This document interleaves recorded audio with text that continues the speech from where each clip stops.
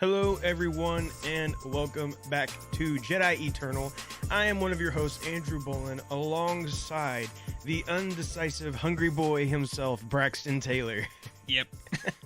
Yep. So this man texts me on his way here, and he's like, "Hey, you want to get some food before we start?" And I'm like, "Well, actually, I'm grabbing food right now. I was literally in a drive-thru getting food." It's kind of hurtful, honestly. And so I could tell his feelings were hurt, blah, blah, blah. It was a little bit. He'd get over it. So then he shows up. He shows up at my house, and he doesn't have food or anything. I'm like, "Did you not get any food?" He's like, "No." I'm like, "Well," but obviously you were hungry. And he's kind of sitting there, and he's like, "I'm going to go get some food, and then I'll be back." You know, today it was a weird day for me. And it was not necessarily indecisiveness as much as I literally just wasn't thinking about it. Because I don't know why. You said that you did want to get something to eat, but in my brain I just thought oh, I'll just go to his house, and all of a sudden I get there, I'm like, wait, why didn't he get any food? I'm like, well, I'll be right back. So anyways, it was funny. So you can tell how my day's going. Welcome back, everyone. Another beautiful week here at Jedi Eternal, and we have a lot of great news to talk about. Some very exciting news to talk about. We have some very interesting rumors we're going to talk about. And we're even going to review the very last episode, the season finale of Book of Boba Fett. And I'm sure you are all dying to know our opinions, because our opinions are so very important. So important. Yeah. But before we do that, we just want to remind you of our Patreon and what you can get from our Patreon. And you get some very exclusive things. First of all, you get instant access to our episodes when we post it. And as soon as we post an episode, you get access. Also, you will receive a exclusive. What are we sorry, I completely just went blank. You're going to get an exclusive new series that we started, and it's called "And Other Stuff." And this is where we could talk about anything. And so, maybe you're listening to us today, and you're not a huge Star Wars fan, but you listen anyway because you want to hear our beautiful voices. I couldn't imagine that being the case, but hey. We can't imagine that's possible, but hey, if it is, then guess what? And Other Stuff is for you. Exactly. Because you get even more outrageous opinions and jokes and laughs and beautiful soothing voices from this new series where we could literally talk about anything. Yeah. And then the third big bonus of being a Patreon member is you get to be what we're calling our Patreon producers. Ooh. And if you are a part of our Patreon producers, you have a say in where we go next, what we say next, what we do. You will be controlling the boat, so to speak. You'll be steering. You'll be at the helm. The helm. You'll be at the helm. So that being said, we're going to give a shout out to our current Patreon producers: Corey Wise, Alex Mason, Grayson David Gill, Tara Bolin, and JB Joshin Birkinshaw. Hey. So thank you to all of our Patreon producers, and we hope that you, the rest of you, will consider joining our Patreon. It is a lot of fun. We post a lot of updates on there that you're not going to see anywhere else. It's a great. We're going to be posting polls, lots of fun stuff. We would love for you to join us there. Oh yes. But let's go ahead and jump straight into the news today, and the first news story that we have for you is a big one. It's a very big one, something that me and Braxton specifically are very excited about, have been anticipating for a very long time. That is, we now have the release date for the Obi-Wan Kenobi series coming to Disney Plus. That date is May 25th. Ooh, so 2022. we were not too far off. In our previous episode, we ironically enough had just talked about when we think it's going to release. Yeah. We weren't too far off. Yeah, and so if you listened to last week's episode, you'll know that we did discuss there was a rumor that would come out in May, and we talked about how it was most likely going to be somewhere in that May 4th to Celebration time, right? So May 25th is the day before Star Wars Celebration starts. Yeah. So It's also the anniversary. It's the 45th, anniversary to the day of when he appeared in New Hope, which is pretty cool. That is very cool. So it could be both of those things right there that was playing into it. Yeah, exactly. So very cool stuff there. But what's also really awesome. Oh well, actually, I want to say this first. And when we discussed the rumor last week, I had said if this is releasing in May, then I think we should get a trailer very soon, potentially at the Super Bowl. Yeah. And ladies and gentlemen, I don't think it is any coincidence we received a poster along with this reveal. Yes. Our very first look at Kenobi. Yes. And it makes you wonder, could a teaser trailer be coming up very soon? Yep. They post this poster right before the Super Bowl. Mm-hmm. Just saying. Now, I don't want to get your hopes up at the Super Bowl. I have no insider information. I'm only speculating. I think it would be a great time to show the first teaser trailer. But it may not happen. But trust me, I will be keeping my eye on the Super Bowl, and it won't be for the sports. The sports. Go sport team. It's gonna. Okay, I think I think something happened. We're back. We're back. And honestly, like, I could have went back and tried to edit that, but I don't want to. That's just the truth of it. I don't want to fix whatever just happened, so we're just continuing on. This is the level of production you guys warn us. Yes. But anyways, I was talking about Kenobi. So very excited. But let's go over the poster and what we see of the poster here. So if you look at the picture, which of course I have saved to like everything, I saved it to my phone. I also made it the wallpaper of my work very nice computer. Very nice. Yes. So good stuff. But you can't see a whole lot, right? We're clearly in Tatooine. You cannot if you try to zoom in on Kenobi, it's kind of blurry, hard to really get a really good look at him. Mm-hmm. Clearly he's got like some pretty long hair going. He's got, of course, a pretty long beard. He looks pretty disheveled, right? Yeah, clearly. Like even his fit of his robes and stuff, like everything just seems a little kind bit of disheveled. loose and baggy. Yeah. And which, of course, last time we saw him, he was very put together. Yeah. But this was kind of to be expected. But what is very interesting here is to note is if you look in his hand, there is clearly a lightsaber. Yes. Now, there's some speculation on whose lightsaber this is, but I believe it to be Anakin's lightsaber. Yeah.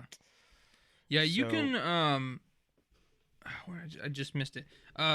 Someone had taken a picture of it, like, and really blew it up, and you can actually see it really clearly. So let me, just for the fun of it, I'll send it to you real quick, just so you can look at it. Because you can see it actually a lot better. What? Never mind. Oh, well, anyway, you can see it a lot better in that picture. So it's hard to tell, but I mean, to me, it doesn't look super close to like the Anakin Skywalker, but it's hard to see. So I'm saying like I actually think it does. Really? Because I thought the full top part was like silver. That's what kind of makes me think that. I'm looking at it. I don't know. I personally think it is Anakin's lightsaber. I'm very excited. Yeah. I mean, that's honestly like exactly. That's exactly all I can really. Now, because here's the thing. So that high res photo was posted by The Direct, and they're stating Anakin's lightsaber in the Obi-Wan Kenobi poster. They're saying it is too. So like I said, it certainly could be. It just looks a little odd to me in this picture, but like I said, I'm not gonna act like I'm the expert. So. But no, I mean, so anyway, regardless of what it is, obviously, we're so pumped for it, and the fact that it's coming out the 25th. I mean, it's a lot. Let me phrase that: 25th of May. A lot of stuff is happening at once, and we're very excited. Yeah, and just knowing it's coming, knowing the date, yes, all of that is super exciting because we've not known much about the state of this show till now, so it's just nice having that confirmation and knowing it's literally right around the corner. It's like literally May will be here before you know it. Yeah, absolutely. So super excited, and if we do see something on as in terms of a trailer or teaser or anything like that in regards to Super Bowl, we're going to make sure to get stuff uploaded as soon as we see it, if that does come to fruition. So just keep your eyes and ears open for that. If you're not going to watch the game, watch our Facebook page, because it'll probably be there if it comes around. Oh yeah, for sure. All right, so our second news piece for this week is that there are new title reveals for the very first books of the Phase 2 of High Republic publishing series. So like I said, as I'm sure a lot of you who even care about this news knows, Phase 1 has ended for High Republic, and now we're getting to the second phase. So like I said, they all of a sudden now dropped a bunch of title names and reveals and stuff for these books. So Drew, what do you got on that? Yeah, so we get our first peek here at Phase 2 with one of those being the next young adult novel, which will be written by Tessa Gratton and Justina Ireland, and it is called The High Republic: Path of Deceit. Interesting. We've also gotten the middle grade novel title, which is The High Republic: Quest for the Hidden City, which will be written by George Mann. I'm very excited about that, even though it's a middle grade novel. I love anything that George Mann has written in Star Wars so far. Yeah. He's done a fantastic job. Honestly, some of the stuff he's written is like some of my favorite like short stories that I've ever read in Star Wars, period. So I'm very excited about that. And then we also have gotten the title for the first adult novel, which, as most of you know at this point, as we've talked about it many times, it's kind of like the centerpiece. It's the big one. Okay, the big stuff kahuna happens in the adult novel. Yeah, and that is written by Zoraida Cordova, which is, I'm not gonna lie, very surprising to me. Yeah. So, well, first of all, I don't know if she wrote any of the previous ones at the moment. Oh, interesting. Yeah. I can't remember. The name doesn't ring a look bell, at my bookcase, but I would have to walk away from here to see that. But the reason I can't remember if she's one of the new ones that's been added on, or if she's already been a part of the High Republic so far. I cannot remember. That being said, I know she has written Star Wars books in the past. I know that for a fact. But what I will say is, I don't believe she has ever written an adult novel. I think she has written young adult novels. And yes, there is a significant difference there in writing styles typically. But this novel will be called The High Republic: Convergence. And as a reminder, these are all going back even further into the High Republic, I believe 200 years before the current stories, or 250 years. Yeah, I don't remember the exact time now, but we're going back in time. It's pretty significant. We're going back a significant jump there. Yeah, and we don't really know why yet. So, so I guess we will be finding out. The purpose of that.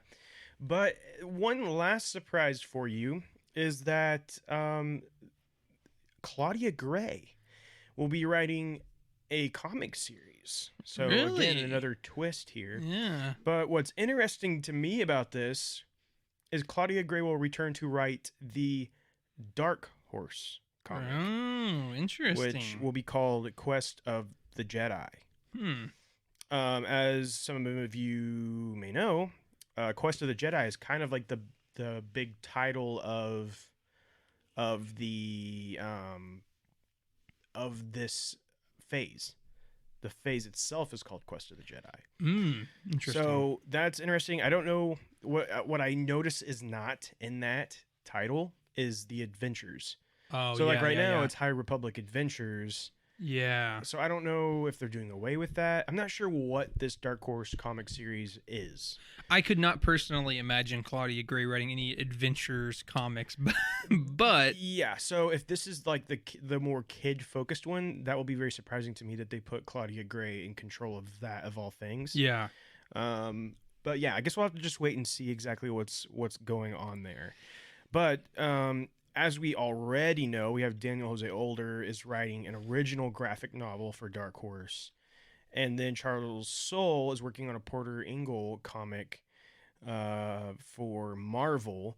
And then Kevin Scott is going to continue writing the ongoing series for the High Republic when it relaunches in October. Very interesting. So a lot of comics are going to be involved, and a lot of different authors are involved, even more authors now involved than what we had in the first phase. And you can assume we're probably going to get some even more new names joining the fray come phase 3. Yeah. So a lot of different creatives involved. So very exciting stuff, though. Yeah, I was gonna say, for me, you know, I haven't dove into the comics as much as probably some people. Not the Darth Vader ones. I really enjoyed those.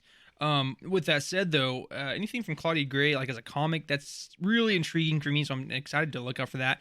And reading the series now, I'm definitely interested into hear more about Porter Engel. That's, because in the books they have this like almost like pardon my lack of tact here, but godlike visage of like, oh, he was like the blade of whatever he was like a legend. Legend. Yeah. I mean, he was just everyone respects him.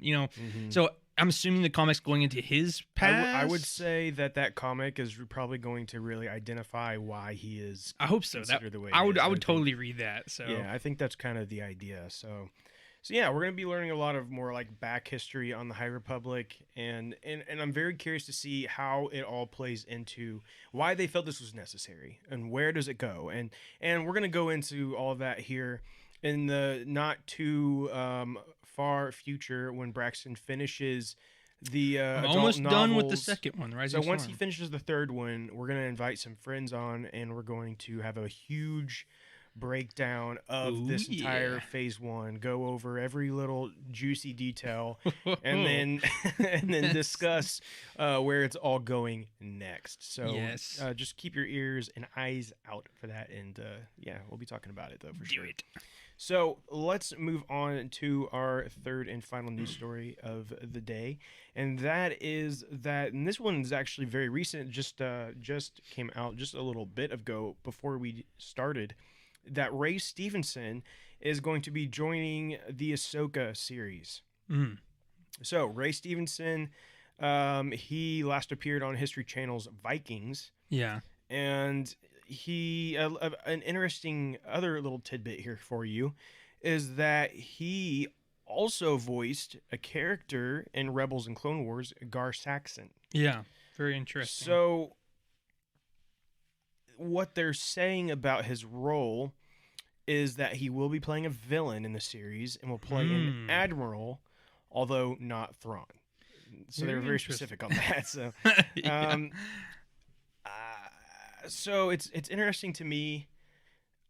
Immediately, my mind goes, "Oh, it must be Gar Saxon," but Gar Saxon's pretty dead, right? I mean, I think so. Yeah, I feel like he got like shot like straight in the heart, if I remember correctly. So like he's supposed to be pretty dead, but that never truly stops Star Wars from bringing people back. Never does.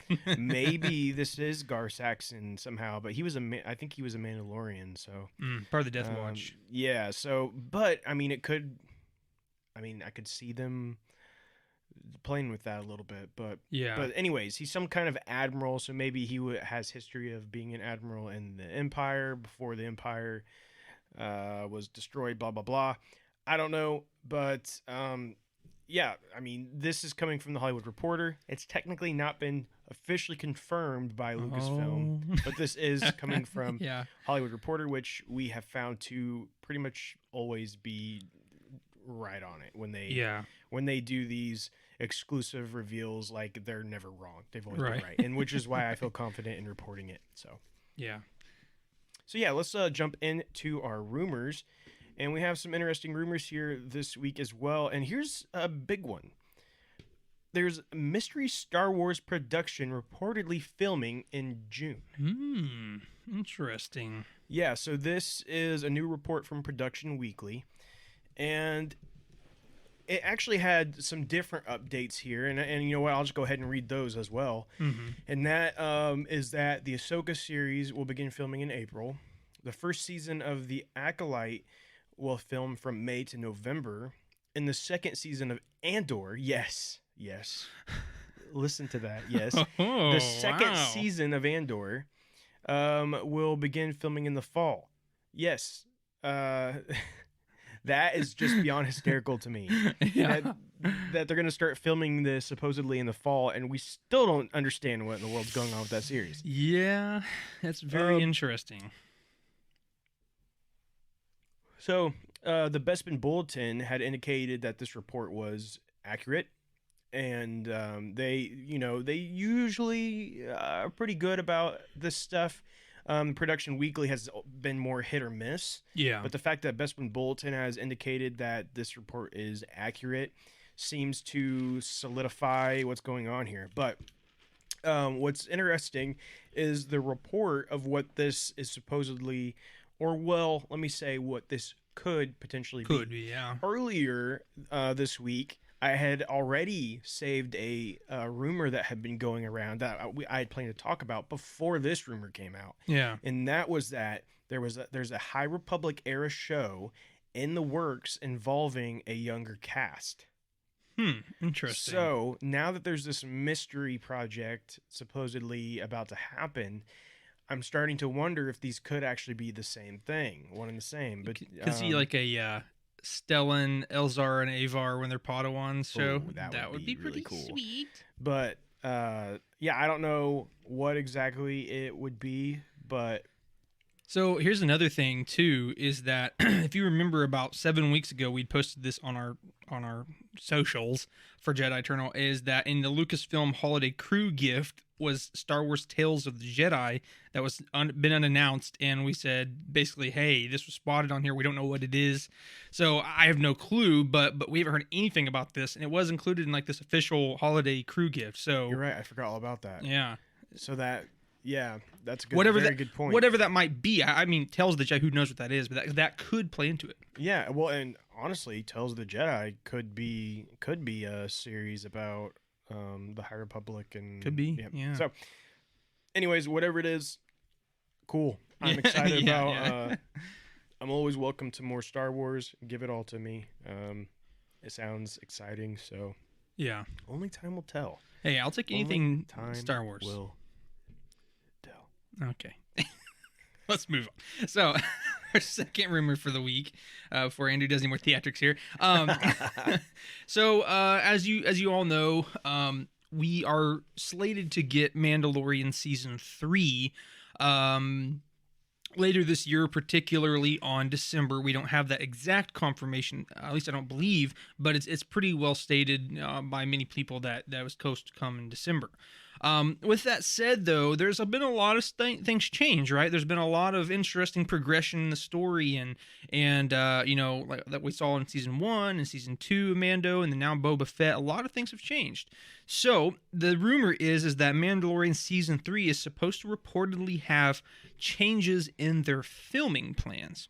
So, Drew, what exactly does that mean for us? Yeah, so what is being said is that some additional weeks have been added to the planned filming schedule, with the show now to set wrap in late March of this year.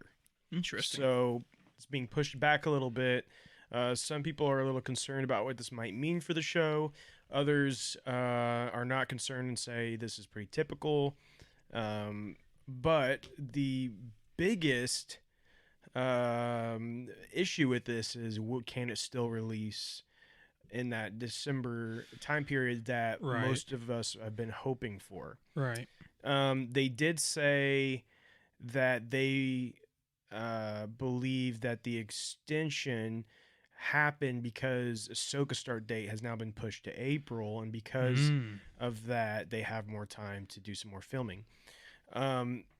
But also that it will. I think it's going to be okay. I think it's still going to come out in December, personally. Well, if it ends in March, I mean, that's a pretty decent gap, right? Yeah, and if we remember, season 2's production wrapped in March of 2020. Yeah. So, I think that actually lines up pretty well with what's happened in the past. I think they're probably right on schedule for that, as long as we don't have any like crazy like COVID outbreaks. You know what I mean? Like something like that. Then I Yeah. think we're gonna probably see this in December. But this does bring a little bit of wariness, and it sounds kind of like maybe everything has been pushed back a little bit, Mhm. like all the shows. So hopefully we still get this in December. I would love for it to start like I would love for it to start early December, but it's probably going to be like right around Christmas most Yeah, likely. more than likely. Yeah.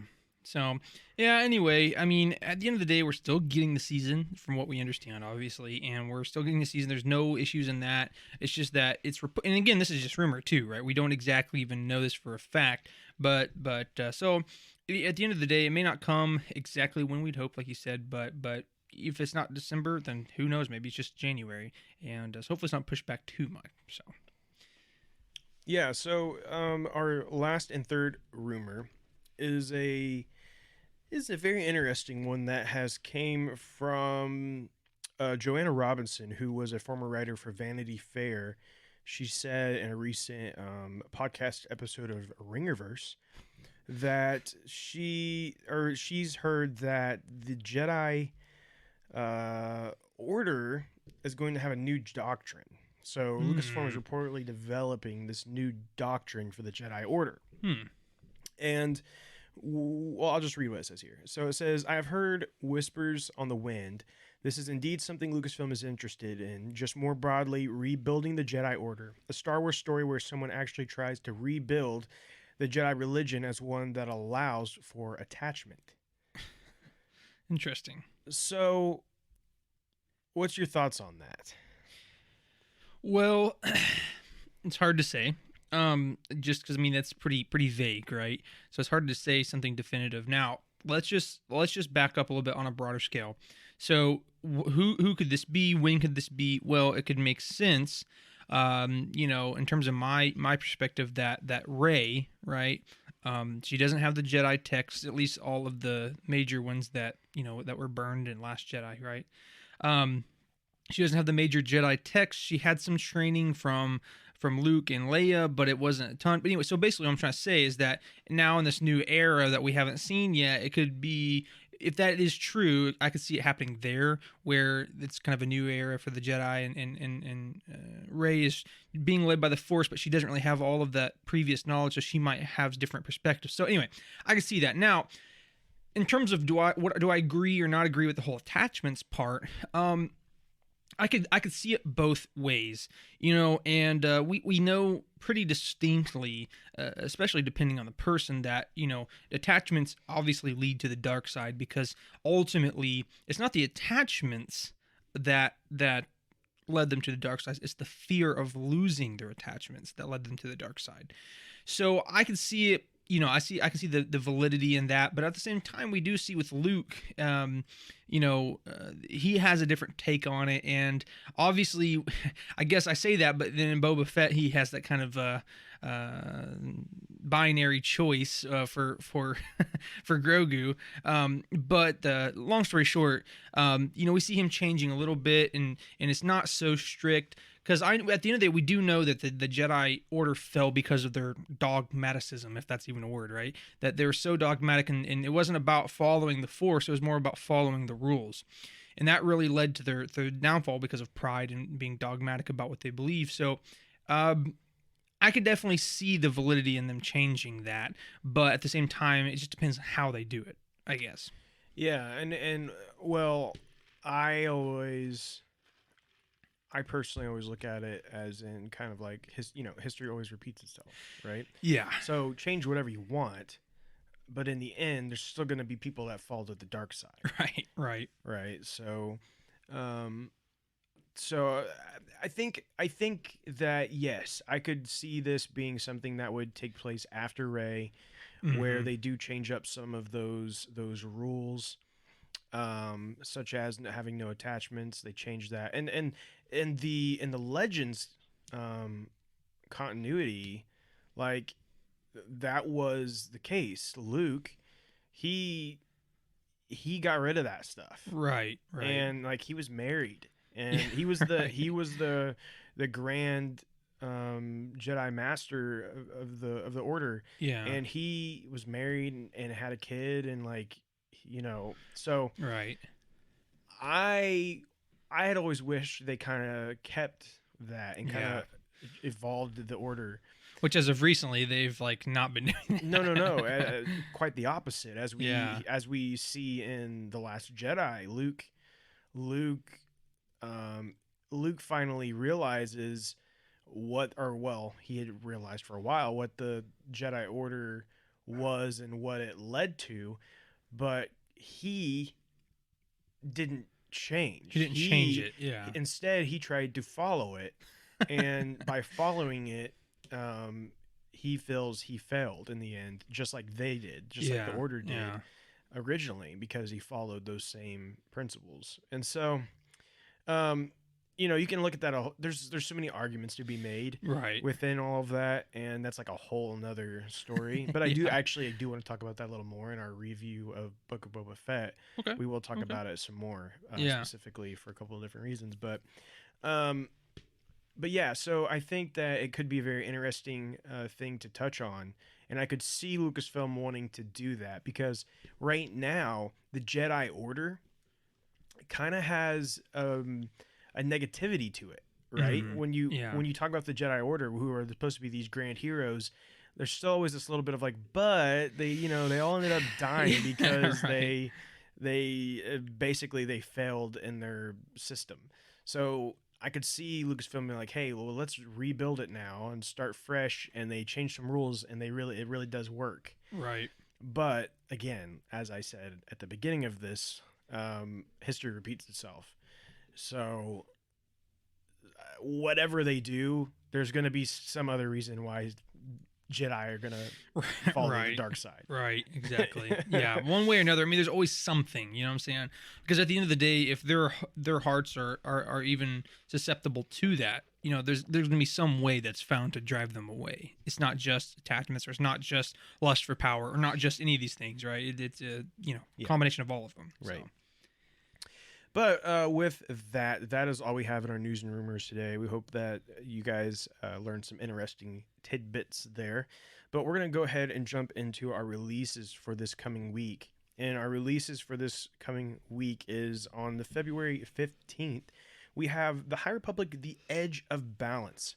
This is the second anime graphic novel. So the first one had already came out. It actually came out in print. This one is coming out February 15th, and it's digital only. Now, they are going to, I believe, be releasing a print version of it, but it's going to come out later. So if you've been catching up with that, you will want to pick that up on the 15th.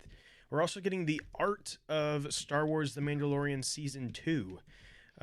Is coming out February 15th as well. Yeah, it's coming out basically like over a year later. Yeah. But yeah, so I'm sure that's going to have some really great art in it though, so that could be really cool. But to have maybe on your coffee table, something. Yeah. The 16th, we are getting the next issue of Eye of the Storm.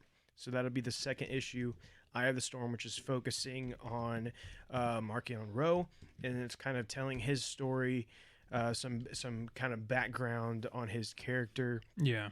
Some very interesting stuff there so far, and I hear that do not read issue 2 until you have finished the latest adult novel. So interesting. So this might kind of be taking place after the events of that novel. So be sure to check that out. There's some very interesting stuff there, but that is all we have. But let's use this little bit of time here, to ask you, Braxton, how are things going with your High Republic journey?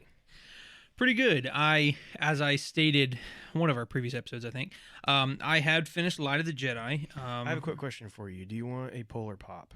Tara's asking. Sure. Which one do you want? They have vanilla Coke. This is like are the burritos? They don't. No. I don't know. They have. How about Mountain Dew? They have cherry Coke. Oh. Actually, you know what? Let's do Mountain Dew. And go easy on the ice. Yeah, this is just like our Mexican food debacle several episodes ago. Hey, do you want a burrito? Sure. So anyway, bouncing back to that.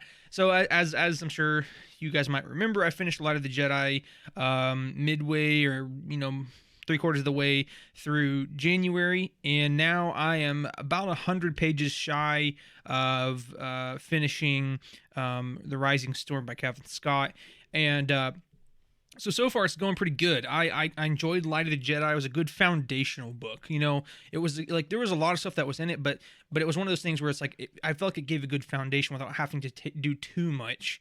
And but now I'll tell you what. Again, I'm just apparently. I've been in it for a little bit, I guess now, but I'm like crossing that threshold of the craziness in Rising Storm. Yeah. And I tell you, dude, it's getting crazy in this story. It's getting crazy. Stuff happening in the Nile in their inner ranks is pretty interesting. Obviously, no spoilers, but and then obviously things are happening in terms of the Jedi and the character. I mean, just there's so much. I will say. Out of all of the High Republic so far, that is my favorite book. I can see why. The Rising Storm. I could easily see why. Is definitely my favorite out of Phase 1. So. Well, I'm not finished it yet, but I mean, even without finishing it, I can say that's my favorite compared to Light of the Jedi. Now, I haven't read what's the third one? Can't remember now. Fallen Star. Fallen Star, yeah. Anyway, I haven't read that yet, but the Fallen Star is good. It's great. Yeah, it's good. But the Rising Storm. Yeah, I was just gonna say they're gonna have to pull off some crazy stuff to top Rising Storm. Well, I mean, they do pull off some crazy stuff. Yeah. Okay. They pull off some crazy stuff in the next one. Okay. But I think, also coupled with good character development too. You know what I'm saying? Yeah. The tone, the setting, the just urgency. Yeah, the urgency, like there's just a lot that really that novel has going. Yeah, for Rising it. Rising Scott. Wow. Rising Storm. Rising Scott, yeah. The Kevin Storm. Anyway, now like Kevin Scott is doing a great job in this book. Like it just has everything. Like you said, it has everything. It has and like I said, I don't even want to. It's hard to know what to even say without, because I mean, there's things that I could say that would be a spoiler, even if I was vague with it. But it has every element of a good story that you would want.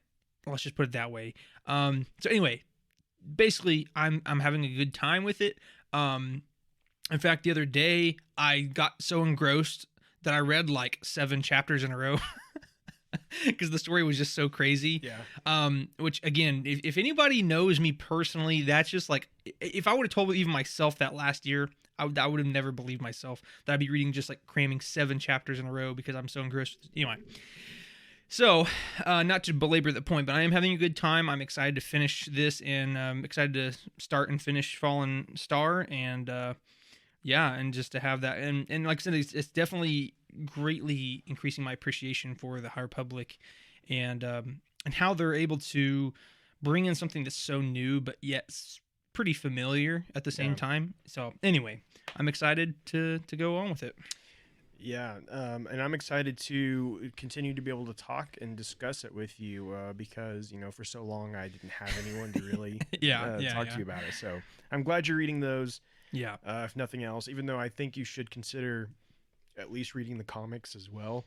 Yeah, I did think about that too, because when you're just reading a book, like the Star Wars comic or the Vader comic, like those are cool, and I actually love the Vader comic. Don't get me wrong, but like you already know those characters and stuff. But with reading the books, you have no concept of what the characters actually look like in the settings.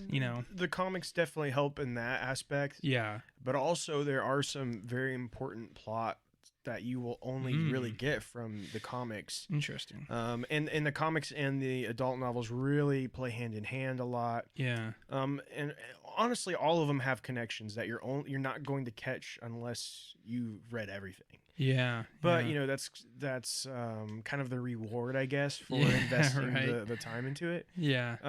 But yeah, like if I were if for someone that's only reading the adult novels, if I was to recommend anything extra, I would say to probably read that main comic series as well to kind of complement what's going on in that story. Because a lot of times the comic will tell something else that's going on at the same time. Yeah. Well, actually, you know what? I'm just going to tell you what's going on kind of during what you're reading right now. Yeah. So, like, as you know, what you're reading, this isn't necessarily like a spoiler or anything. Avar Kriss is not involved in that. She's gone, right? She's not there. Yeah. And the reason for that is, and I don't know if they've told you why. Because she's dealing with the Draengeir. Okay, yes, so they have. Yeah.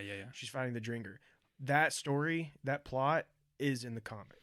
Oh, okay. So if you want to know what's going on there, what happens, you have to read the comic. Well, Avar was easily my favorite character in the first book. Yeah. So it's changing a little bit now as I'm reading the second book. Mostly because she's not even in the second book. And there's a similar thing going on in the third book where, again, you're going to have to read the comic to understand a certain side of the story. And I won't talk about that just yet because you're not there. But gotcha. once you do... start reading that one, we can discuss that a little more. But very interesting. Yeah, so lots of interesting stuff there. But I guess we'll go ahead into our community discussion. Yes, as Drew aptly said, we're going to move into our community discussion where we love to ask you guys one question every week, asking you guys to answer those questions, and then we're going to discuss them live on air every episode. So this week, I asked the question: if you were a Jedi, what type of Jedi do you think that you would be? A Jedi Consular, a Jedi Guardian, or a Jedi Sentinel? And that's kind of following the old canon definitions, but we don't have any new definitions, so we're still going to use those. And then the bonus question was, what color lightsaber would you think that you would have?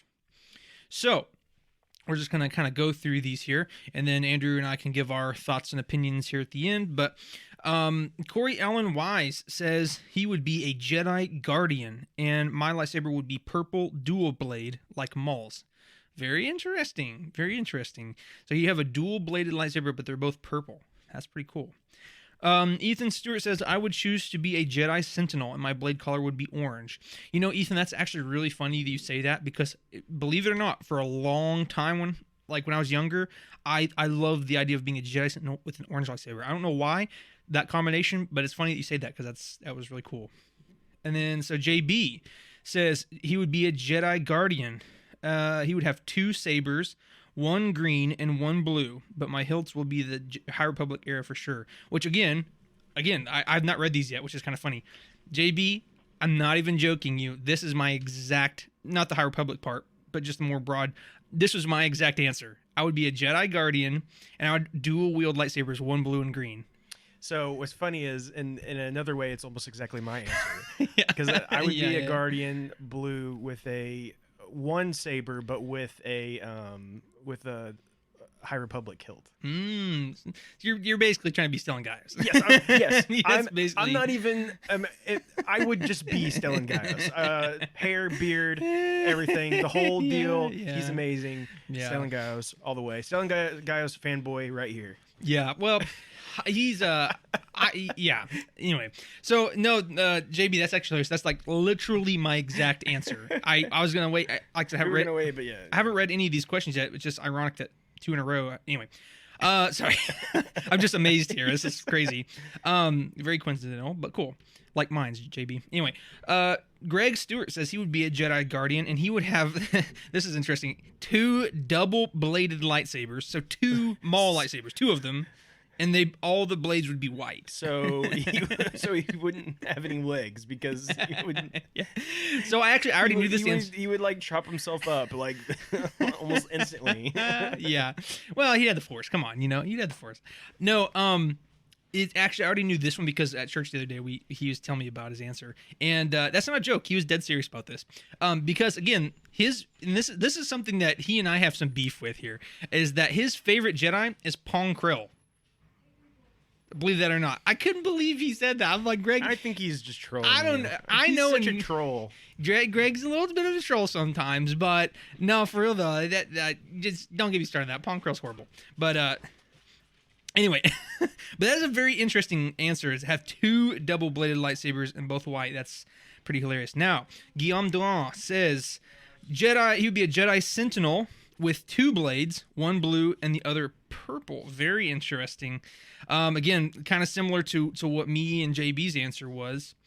Then Alex Mason says he would be a Jedi consular and he'd have a green lightsaber. So my man's just trying to be Yoda and Luke here.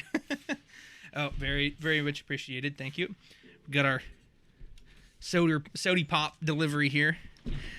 Shout out to my wife, yes. who when I text her back, she had already left and had to go back in. Oh no! Thank you, Tara. She is a charm. I love her. Yes. So anyway, Alex Mason says Jedi consular and green lightsaber. So he likes that. He's basically being Jedi and Yoda there, or Jedi, Luke and Yoda there. Anyway, very cool.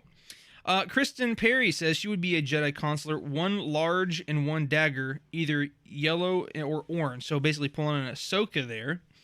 Very nice. And then Guy Cravald, apologize if I didn't say your last name correctly, but common theme on our podcast. We probably don't say anything correctly, but very common. Guy says that he would be a Jedi Guardian and he would have a purple lightsaber. Very cool. Very cool. So, again, I want to thank everybody so much for your answers. Awesome. We have so many each time. I mean, that was amazing. So many answers and a lot of variety, too. Yeah, tons of variety. Very cool. So, I mean, we would go into what we would say, right? But we already said them. But yeah, like I said, just to reiterate. Well, go ahead. Well, I was just going to say, I know that our answers are kind of, what's the word? I mean, they're not really any surprise. Right. Jedi Guardian, blue, all that. That's like pretty much our life story there. Yeah. To be fair, though, we both took individually. We both took a quiz online. What Jedi we be? We both became Jedi Guardians. So we didn't. We're not just saying that. We earned that title. We did. In some we went through weird way. The orders training. Yes, everything. Exactly. We went through the trials. All that stuff. So pick out our kyber crystal. Anyway, so but yeah, again, just blown away by the amount of answers, and again, seeing a few reoccurring names that haven't been on for a while, and a new name, Guy. Very appreciative of your answer. Thank you for answering this week. And if you're listening and you would like to get in on this, next week we're going to have another question, and we try to keep it pretty simple and just something interactive, something fun. So please answer. We would love to hear your answers. So again, thank you for that. So we're going to go ahead and close out our community discussion for this week, and we're going to go ahead into our final thing, which is our main discussion. So, yes. Drew, lead us off. Yeah, so our main topic this week is the final chapter in the Book of Boba Fett, which is Chapter 7, and it's titled In the Name of Honor. So, I think that we should probably just go about this episode the way that we did the last one. Kind of just breaking it down from the beginning, because there is a lot of different things we can discuss in this. Well, even more so than the last episode. There's so many things in this episode. So many things. It's crazy. So, but before we get started, I want to say this, and that is I want to set a reminder for you all, or maybe even for brand new people who are listening to us for the first time. We love Star Wars. Yes. We love all Star Wars, okay? So people are getting a bad feeling about what's got to happen. we love all Star Wars. All Star Wars gets me excited. I watched the sequel trilogy, and I still, even though it's not my favorite, it's still Star Wars and still a lot of things that I enjoy inside of it, okay? So I just want to preface with that. And there's a lot of moments within this episode that had me excited with a big smile on my face. Yeah. But I'm going to go ahead and say I have a lot of issues within this as well.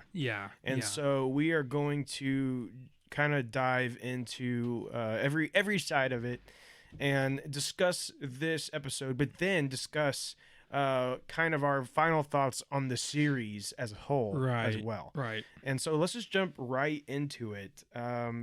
We start with the in Mos Espa. Yeah. At the bombed out remains of the sanctuary, right? Yep. So that's where we start. We see Boba Fett there with Fennec Shand, and Mando joins them. and he tells them that Freetown is on his way, but of course he doesn't know that the marshal has been shot. Yeah, yeah. So that's kind of where we start out. Basically, Boba's like, if they don't show up, we're doomed. Then the Power Rangers start coming, and then you hear like the Go Power Rangers. Go Power Rangers. They weren't even racing anybody, and they were going faster than they were when they was chasing someone. So anyway, if only you guys went this fast last time, that chasing wouldn't even last nearly as long. What's her face? The lady with the robot person pulling her around. That thing was way faster than any of the. That's exactly what I was about to say. Anything else in this show so far, like that thing was way faster. It's like it's sad when a stinking mono wheel droid can carry on a full rickshaw faster than your modded speeders can go. Anyway, yeah, I thought that was pretty funny. So basically though they're posting up, right? So they're going all across Mos Espa, and you got Black Chrysanthemum, he's going and posting up in one of the main kind of courtyard areas. We have the mods, as they call them, the gang members, whatever, right? They're all going and they're kind of posting up in this little side street there, and then you have Fennec. She's kind of going off on her own. And actually, no, not yet. Anyway. So first we see Cad Bane go and visit the Pike Syndicate, right? And and so they tell him that they're the ones who killed the Tusken Raiders. Yeah, and which that's no surprise. I mean, right? I think everybody knew that. We've been talking about how that was going to be the case for a while now, and then frame the biker gang, gang and stuff. Though I will say. Kind of jumping ahead, but I thought there would be bigger emotional implications to that than what we get, but we'll get to that. Yeah. So anyway, Cad Bane's like, oh well, I'm totally gonna use that to my advantage. Yeah. And so then we cut to an X-wing. So when I saw the X-wing, I thought, I know. Oh, like no way. I was like, oh, we're getting Luke again. Like he's coming to help. And he's actually going to be on Tatooine and end up helping. That's what my first thought was. I was like, same here. I thought that too. And of course they played it off like it was one of the New Republic, blah blah blah. But I knew it was Luke's X-wing. Yeah. Well, they have different designs too. But anyway, that's another story. So the hatch opens up and it's just Baby Yoda and the and R2D2. Yeah. So R2D2 just flew Grogu over there, right. Which is hilarious to me as well. Yeah. Like Luke's like, just take him on over, I guess, And I guess this is a better time than ever to address that situation. So clearly Grogu picked to go back to Mando. Yeah. And very surprising that this happened already. Like, so, we talked about, and most people assumed we would not see the results of that until at least the very end of the episode. If not Mando season 3.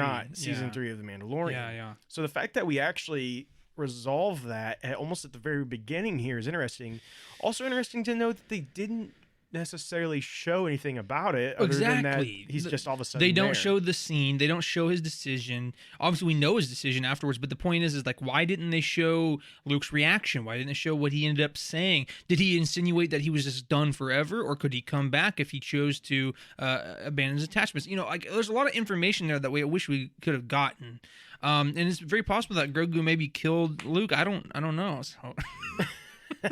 We don't see him anymore. I don't know. Yeah, so I mean, maybe Grogu. And the Luke that we see in the sequel trilogy is actually evil clone Luke. It's Luke with 2 E's, or is that what? Or is it 2 L's?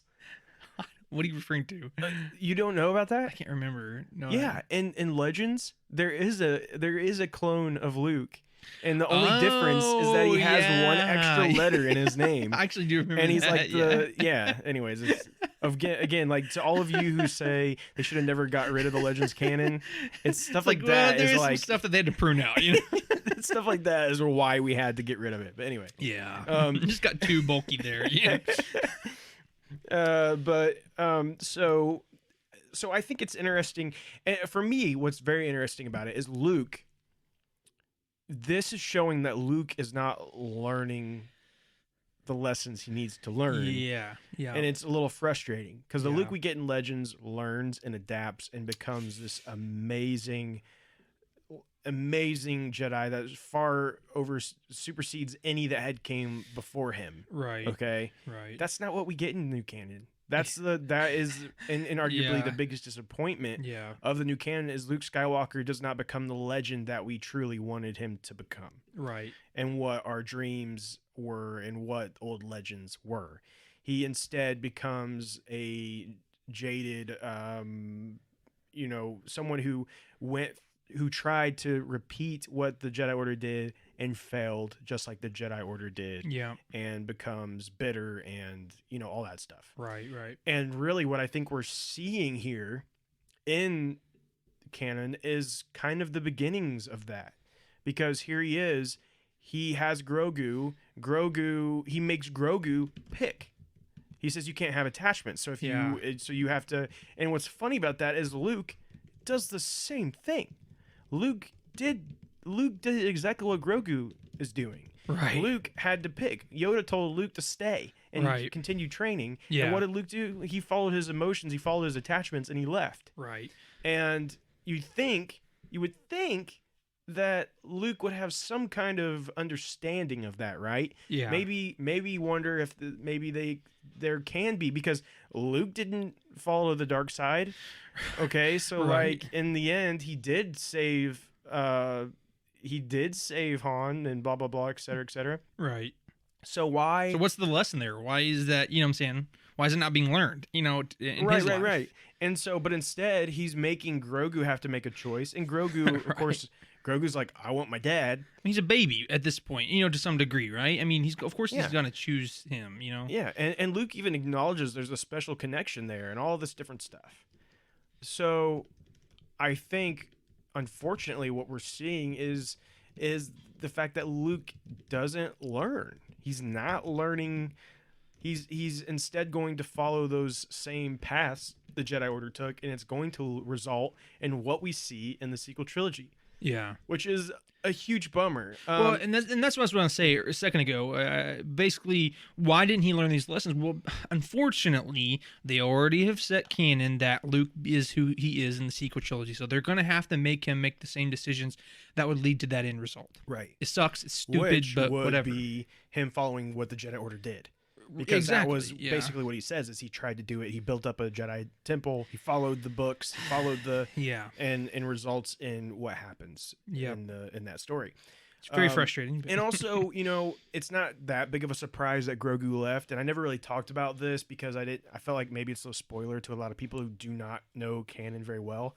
But it is repeatedly said in some different extra like books and comics that Ben Solo is Luke's first actual student of his new Jedi Order. Yeah, exactly. So it was kind of obvious to me that there's no way Grogu was going to stay.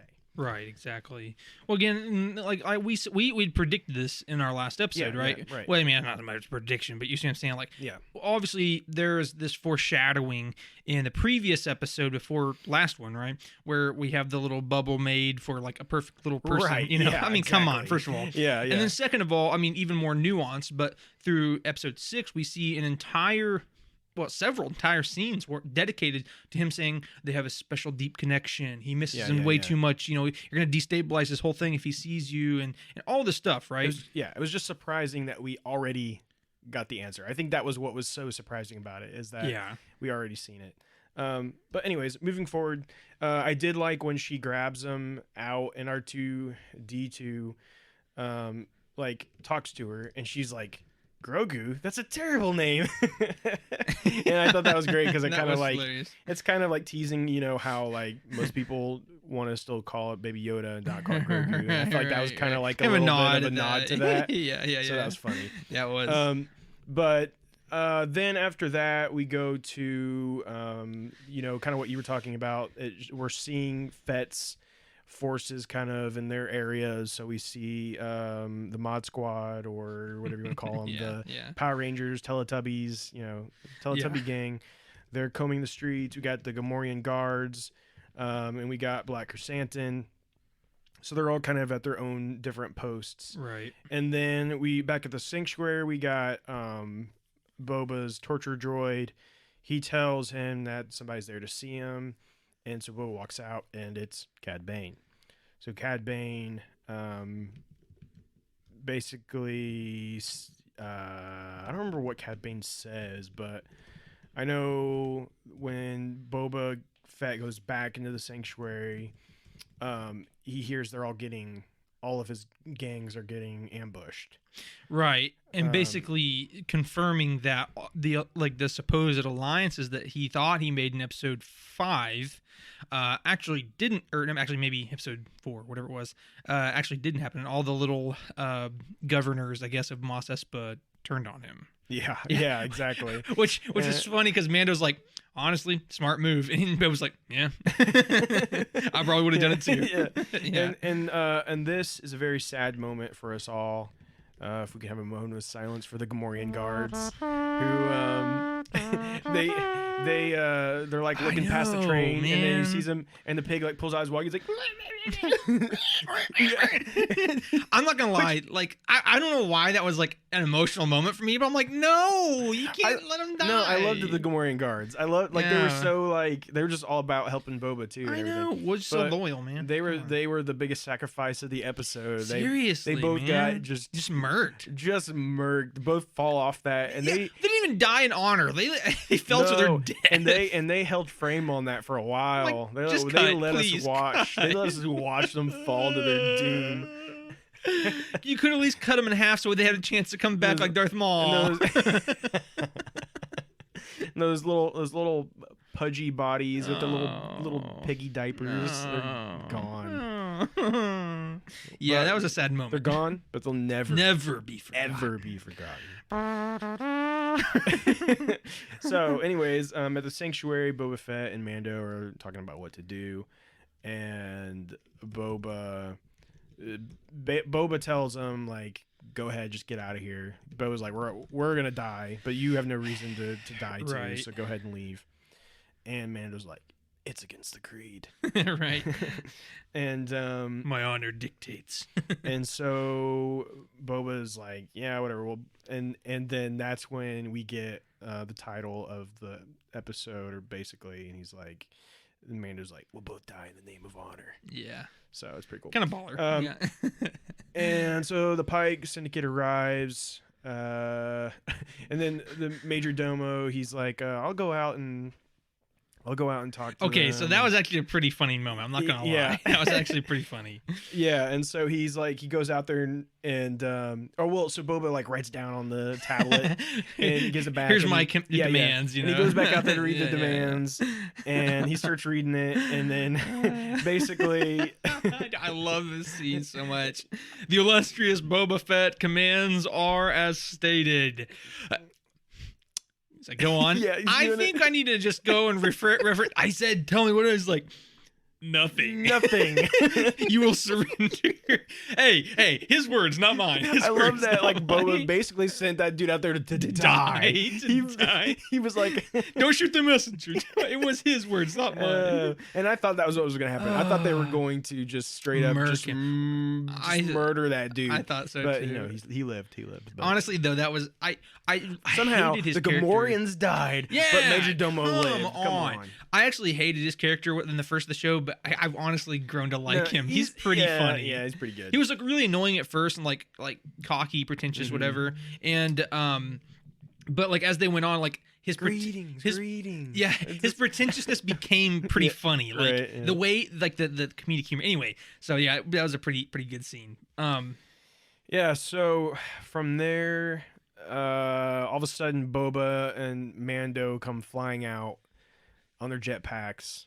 Pretty cool moment to see them fighting together, Yes. both with their jetpacks flying around, Using the taking way of everybody the out. Phoenix. So that was pretty cool to see. And you Yes. see Boba's like even using like his knee Rocket. rockets, Yeah, and all yeah. that stuff. And So what I'll say here, is like just for a quick pause, is that although it's not as efficient and as brutal as we know him as, it's obviously just because he's getting older. But what I will commend this episode in is that they finally showed Boba Fett fighting like Boba Fett. You know, like where he just take no prisoners. He's brutal. He's just crazy tactics. You know what I'm saying? which, granted, this is the first time he's fully healed that we've seen him in combat.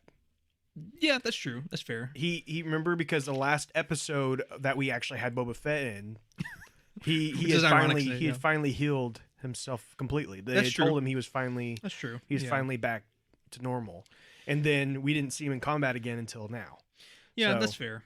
But again, we could always But- go back to the point, like, why did they have to do that anyway? Yeah, But- exactly. But then know you what can I'm go saying? back and say, well, why? Why couldn't Yeah. we have seen him do really cool stuff the whole time? Yeah. And honestly, even through all of this, nothing to me is cooler than what Boba Fett was like in the when he go in the Mando season 2 episode when it first shows him. right. And he's using just the Tusken Raider thing, and he's just taking out stormtroopers. yeah, like, yeah. That was so sick. yeah. That Like was he's so sick. cool in that, and I don't think they've shown him to that level of coolness since. But yeah. anyway,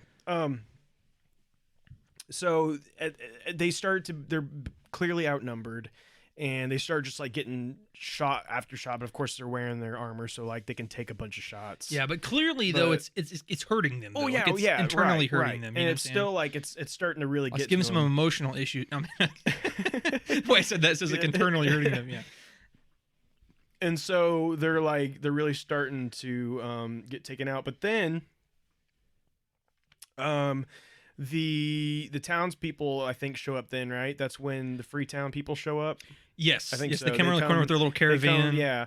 And so courage. they show up, and then the Power Rangers show up, and then it's like go Power Rangers. It's like, go Power. Okay. Yeah. And then Black Chrysanthemum, all of a sudden, well, you see someone like go flying across through, and then It's kind of funny because, like, yeah, that was cool. He like throws this person and stuff, but they're like all these lasers are flying everywhere, and he's clearly damaged. He's like just hobbling right down the middle lane of all this gunfire. He doesn't get hit one time. I'm like, okay. he does get shot a couple times. Yeah, As I guess that's even true. as he's going down the middle, he does That get is shot. true. But I'm like, But yeah, it's kind of funny. Yeah.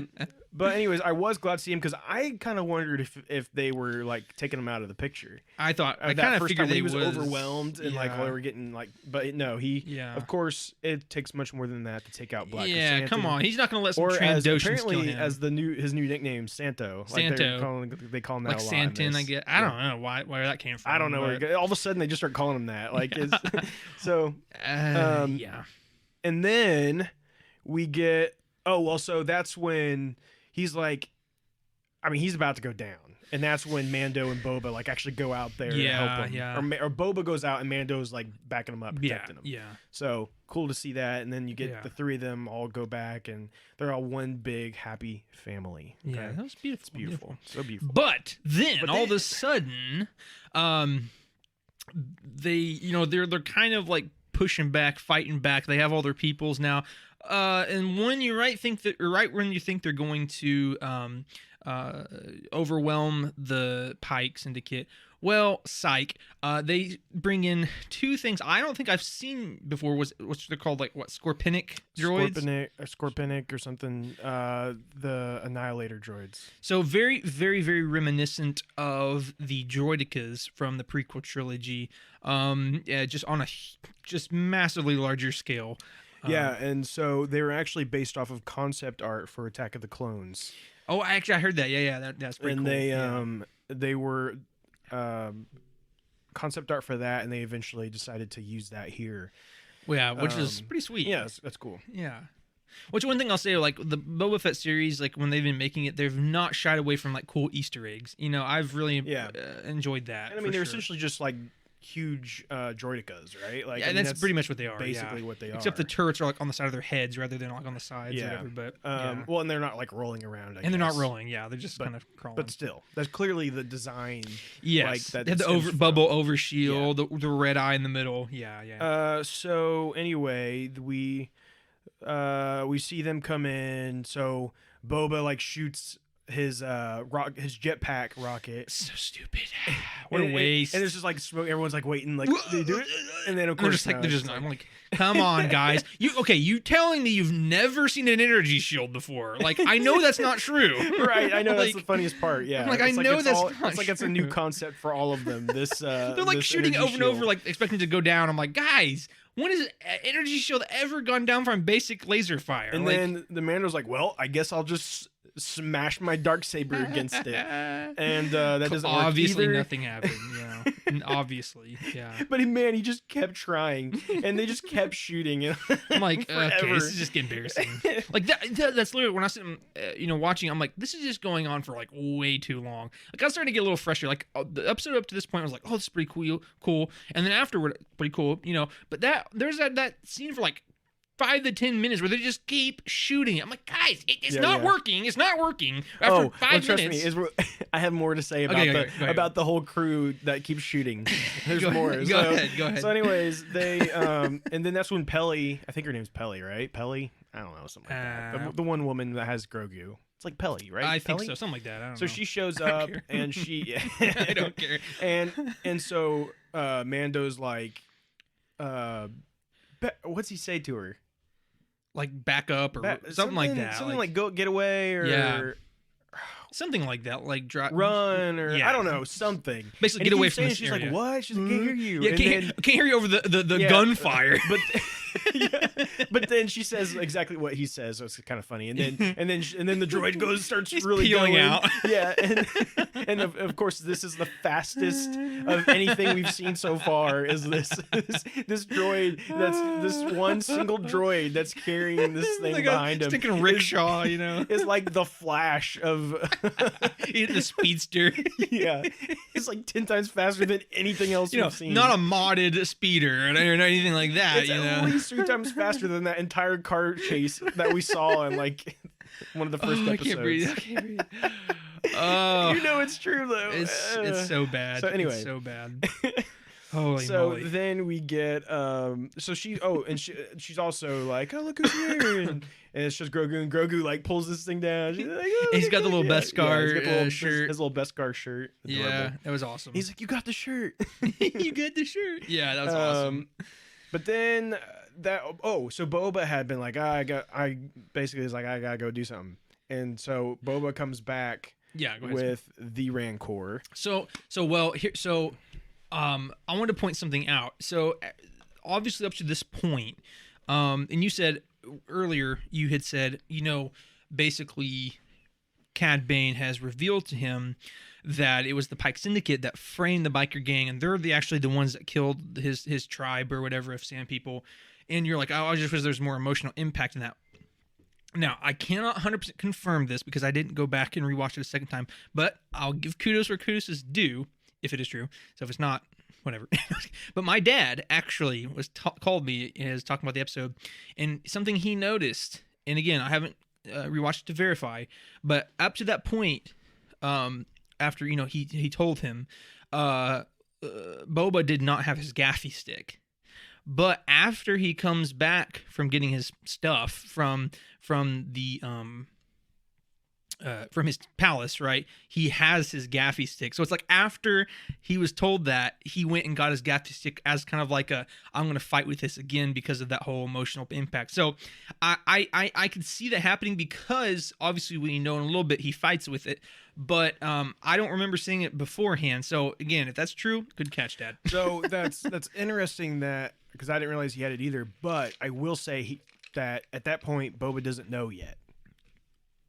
Oh, I'm sorry. What'd you say? I will say at that point, Boba doesn't know yet about the Pikes. Are you sure? Because I thought the very first thing was that on the standoff that's what he told him. The standoff hasn't happened. The first one does though, right? Yeah, but the first one, it's the second one. It's the second. It's when it's just him and Boba. That's when Okay. Well, I mean, that's when he tells them that yeah, the, all that stuff. the All yeah, that stuff. that Yeah, the yeah. Pikes are the ones that actually killed the Tusken Raiders. Huh? I thought it happened earlier than that. Okay. Well, Dad, you were wrong. Andrew said it, not me. But I mean, I didn't notice that he didn't have the gaffy stick until later. But anyway, so he's riding the Rancor, which is cool. It's really cool seeing Boba Fett riding the Rancor around.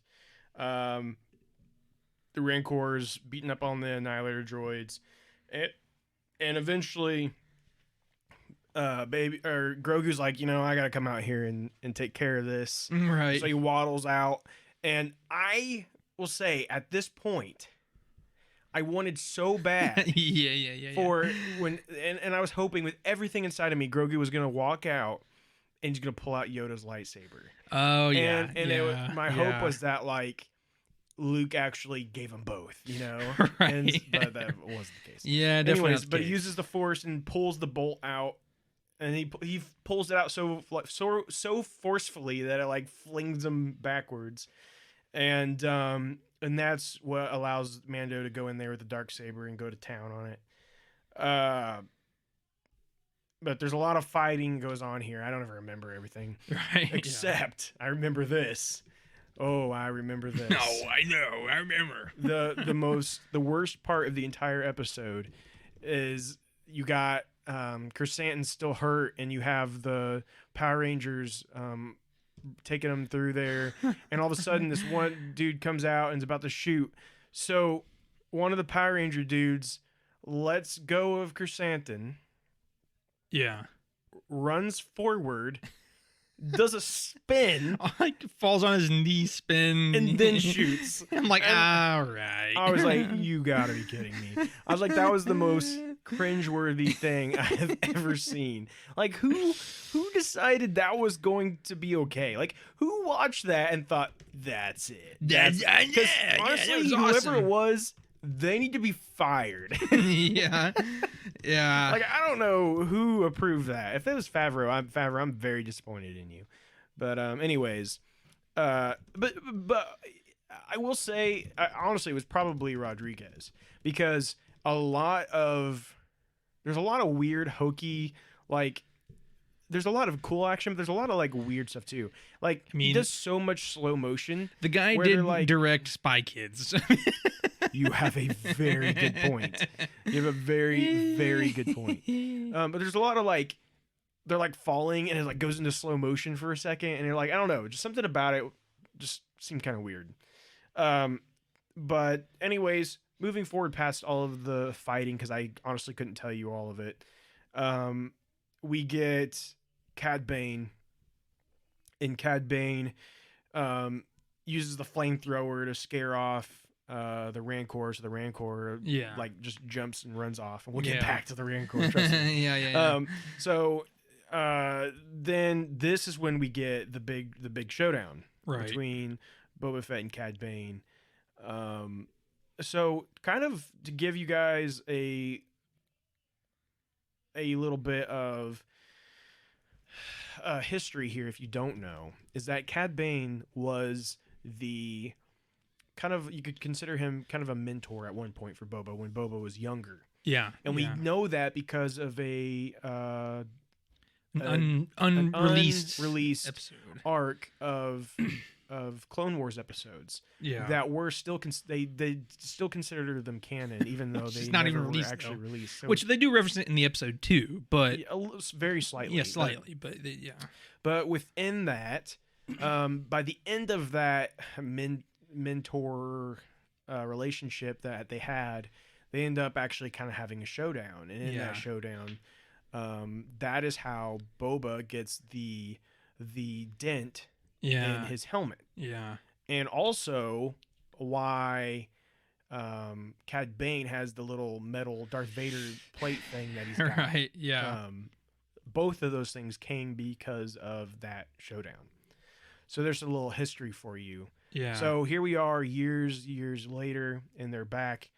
to kind of another showdown, which I would say would have so much more meaning if they ever actually released the original showdown between the two of them. Oh yeah, and I think yeah. that's what's. I think it's interesting that even if they would have just shown a little clip of, I mean, they show they're not afraid to do flashbacks. I think it would have been helpful for them to have shown Right. a little flashback of. You wouldn't even had to have shown much. You could have just shown a short Boba Fett. Yeah. Okay, you know what I mean? Yeah. Like, and then Cad Bane on the other side, and seeing him get shot. You know what I mean? They could have done it so easily. Oh yeah. And given a little more, other than just like the very vague conversation they have. Yeah. That most viewers aren't going to understand unless they're super nerds like us. Right. That know even about the episodes that never were released. You know what Yeah. I mean? Right. So yeah. So, anyways, that's another one of my frustrations with the episode. But yeah. Again, well, because again, I mean, you basically just said it, but like for a lot of people who are coming in who don't know that stuff, like what is the brevity of this situation? Why do we care? Other than that, he's the baddie for this episode, the big baddie, and Boba's the big goodie. You know what I'm saying? What is the importance? Well, again, we have that understanding. Like, this is a really cool moment, but people don't. Yeah. Anyway, so then it's at this point that Cad Bane really tries to make Boba mad and kind of set him off and get him distracted by telling him about what really went down with the Tusken Raiders and how the Pikes actually did it. Yeah. And this is where, like, Boba, of course, he's wearing his helmet, so you can't see his facial like expressions or anything, but there's no follow-up to this. Yeah. There is no follow-up to the fact that Boba straight up brutally murdered all of those bikers. Yeah. And we see no, like... There's no repercussions. No one talks about it. It's just nothing. You know what I'm saying? And it's this huge, supposedly, this huge plot point and surprise about who really did it. And he shows nothing about it. I thought that was weird. And I thought there was going to be more to it and like him be mad that he was tricked and all this stuff. But like, I will say, I'm jumping ahead, but we do see he sends Finnick to take care of the dirty work in a very dirty way. So we'll get to that though. Yeah. So, but I'm saying, so clearly he's taken out a little bit of vengeance on him and all parties included. So they have their little showdown. Cad Bane shows that he still is the best shot around. Yeah. Has now taken out both the Marshal and Boba Fett both in a shootout. So like that's a pretty good. That's pretty good. Impressive, right? However, and he's super old at this point too. Yeah. Right? Yeah. So then he's kind of taking it all in, and he goes up to him and he takes his helmet off and all that stuff, and this, I will say, I really liked what happens here. Yeah. Because he's got the gun aimed right at Boba's head. Yeah. And that's when Boba brings out the gaffy stick. Yeah. and stabs him straight in the chest. And what I think is really poetic about that is here we had this mentor relationship between Cad Bane and Boba. Cad Bane bests Boba in the ways they had been taught. But what Cad Bane is not expecting and what he does not anticipate is that Boba has learned a new way. Right. It's not just gunmanship, you know? Yeah. So Boba's on a new path. Yeah. And it's one that Cad Bane can't predict. He doesn't understand. Right. And so Cad Bane, thinking he's best him, but Boba now has learned something new. And that's what it takes to defeat Cad Bane. And that's very poetic when you think about it. Yeah. And everything. He's kind of surmounted his previous lifestyle, right? Yeah, right.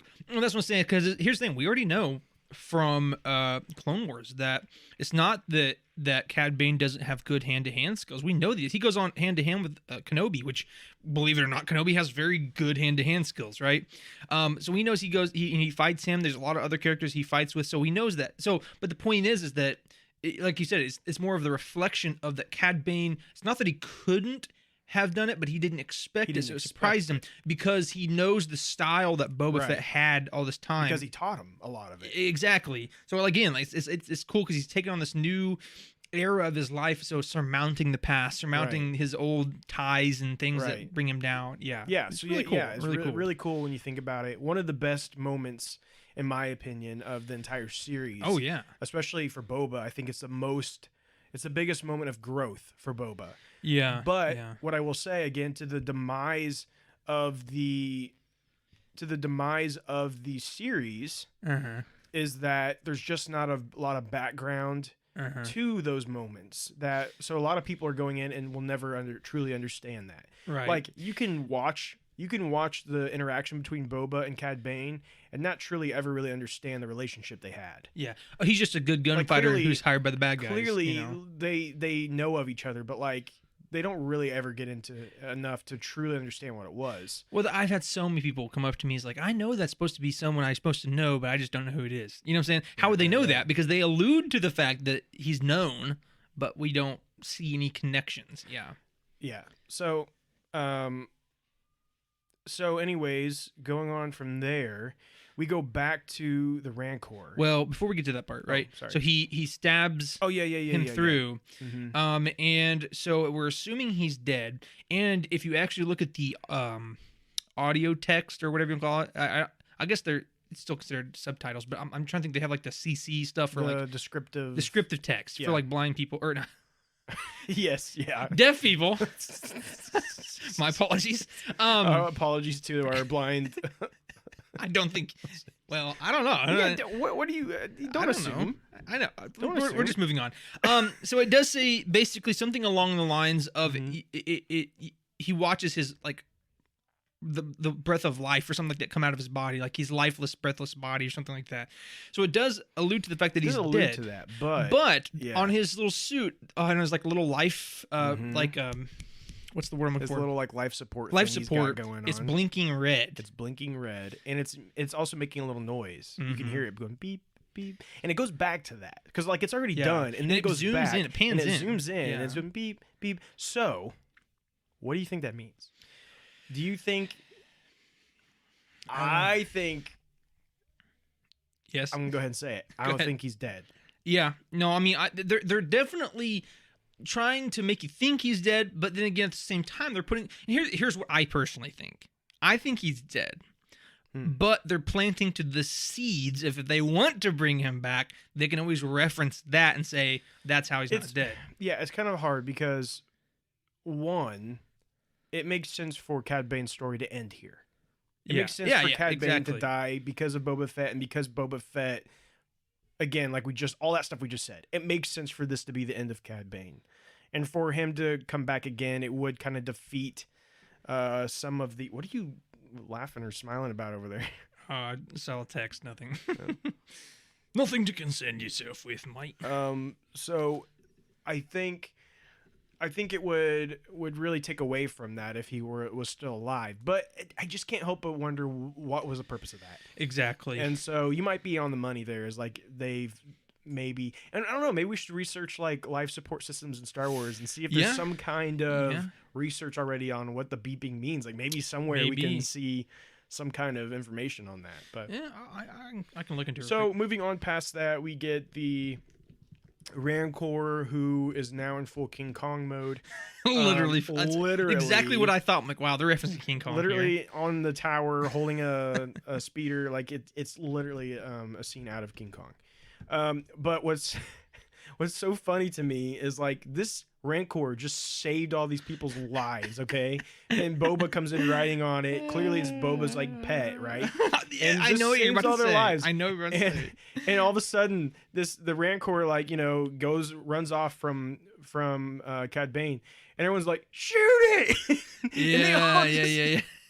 I mean, they're just start firing away. That's exactly what I was saying. I was just like the energy shield. I mean, dude, they're just like. They're hammering gun happy, this dude. With like these people love to shoot stuff. What are you doing? This is Boba's prized Rancor. What are you doing? I know it's going crazy, but don't you think that? Oh, I don't know. Let's wait for Boba to come and calm down his stinking Rancor. But no, they're just going to shoot it with everything they got. and finally, again, Grogu comes out, and Grogu goes, and the Rancor gets down, like bends down and yells right into Grogu's face, and Grogu's little ears like flapping in the wind. Cute. and of course Grogu just like puts out his little hand. Oh, and how sweet. And then the Rancor goes to sleep. Yes. And I love it. Grogu then I'll say, and the as usual, using the Force that heavily wears him out. Right. So Grogu goes up and he's like patting on its head, and then he goes over to the side and he like pets it a little bit, and then he just goes and lays down. Lays down to take a nap behind him. It's like he lays down, but then he's like, "Oh, I'm not close enough," and he gets even like wiggles a little even closer to the Rancor, and then just falls asleep. It's so good. What a gift Grogu is. So true. What an absolute gift the character of Grogu is. Yes. So, going from there, we go back to the leader of the Pike Syndicate, and the mayor's there. And then all of a sudden we see some raining laser fire comes down, and then all of a sudden a noose just drops. Okay, whoa, we're going too fast through this right now. Let's take a second here. So they're planning, right? The Pike Syndicate is like, okay, we're gonna get everybody off world, and we're gonna come back with some forces. We just gotta wait out, and all this. All of a sudden, like you said, all of a sudden, because they start hearing something, all of a sudden, someone falls down, another guard falls down, so they start shooting, and all of a sudden, like you said, a wire comes down, and Fennec Shan literally hangs the mayor. Hangs him. Bro, she hangs him. Didn't just shoot him. He hangs him. Yeah, you just see the noose drop down. And his little stubby feet wiggling. I'm like, lifts him up. Yeah. Holy cow. And you know what? I'm glad they did it that brutally, because as weird as that sounds, is because for the longest time, Fennec, again, kind of like with Boba's situation, but Fennec has not been living up to the name of Master Assassin. Yeah, right. This was an awesome reminder of how deadly she can be. Right. Yeah, we had not seen much of that, so yeah, it's a very good point. So then back at Mos Espa, we see Boba and Fennec, and they're walking the streets, and I love the music behind this part. I don't know if you realized. Can't remember. But it's very like medieval festival yes, that's style, exactly what I thought. Yeah, music going on. Yeah, I loved it. It was really so unique. Good. But it was like the Fett theme, but yet like a medieval style. Yeah, it was like a super unique, like it was almost like some kind of like flute or something. Yeah, I don't know. Yeah. I really liked it. I thought it was really cool.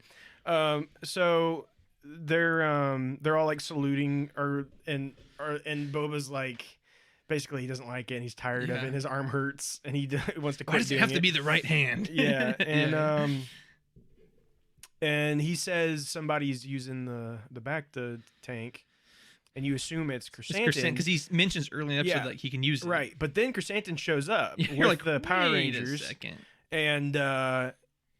and you're like, oh, that's interesting, right? Yeah, and here we also, Boba mentions something about how, like, I don't remember exactly how he words it, but he says something about how maybe this isn't for, like, kind of basically saying, I don't know if this is really what I want to be or what I want to do. Can't remember.